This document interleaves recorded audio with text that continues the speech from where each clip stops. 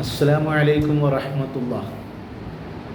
എല്ലാവർക്കും ഈ യൂട്യൂബ് ചാനലിലേക്ക് ഹാർദവമായ സ്വാഗതം. പ്രിയ സഹോദരങ്ങളെ, നമ്മളൊക്കെ അനുഷ്ഠിക്കുന്ന നോമ്പ് അത് വെറും എളുപ്പമായ നോമ്പാണ്, സിമ്പിളായ നോമ്പാണ്. നമ്മൾ നോക്കുന്ന നോമ്പ് എന്ന് പറഞ്ഞാൽ അന്നപാനീയങ്ങൾ ഉപേക്ഷിച്ചുകൊണ്ടുള്ള നോമ്പ്. അന്നപാനീയങ്ങൾ, അന്നവും വെള്ളവും ഒഴിവാക്കി രാവിലെ മുതൽ വൈകുന്നേരം വരെ നമ്മൾ കഴിയുന്നു. ഈ നോമ്പ് നോൽക്കാൻ ഒരു പ്രയാസമില്ല. അതേ സ്ഥാനത്ത് പ്രയാസമുള്ളൊരു നോമ്പുണ്ട്. ആ നോമ്പ് ഏതാണ്? നമ്മുടെ ഓരോ അവയവങ്ങൾക്കും വ്രതമുണ്ടാവണം, നോമ്പുണ്ടാവണം. അങ്ങനെ നോക്കുന്ന നോമ്പിനിക്കാണ്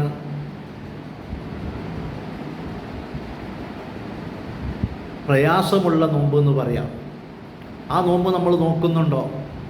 നമ്മളെ ചെവിക്കും, നമ്മുടെ കണ്ണിനും, നമ്മുടെ കാലിനും, നമ്മുടെ കയ്യിനും, നമ്മുടെ തലക്കും, നമ്മുടെ ഹൃദയത്തിനും, ഇങ്ങനെ നമ്മുടെ ശരീരത്തിലുള്ള ഓരോ അവയവങ്ങൾക്കും നോമ്പുണ്ടാവണം.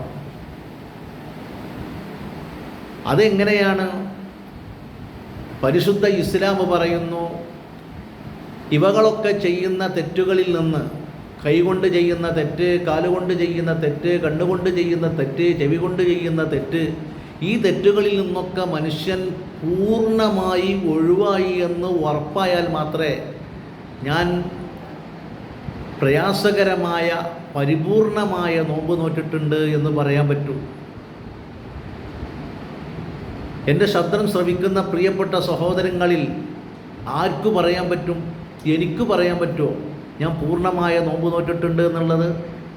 അങ്ങനെ നോമ്പ് നോറ്റാലേ അള്ളാഹു പറഞ്ഞ ലഅല്ലക്കും തത്തഖൂൻ, നിങ്ങൾ മുത്തഖീങ്ങളാണ്, ആകാൻ വേണ്ടിയാണ് നോമ്പ് നോറ്റത് എന്ന് അള്ളാഹു പറഞ്ഞ സ്വസ്തികയിലേക്കെത്തു. അള്ളാഹു തആല അത്തരം നോമ്പുകാരാക്കി നമ്മുടെ നോമ്പിനെ മാറ്റട്ടെ.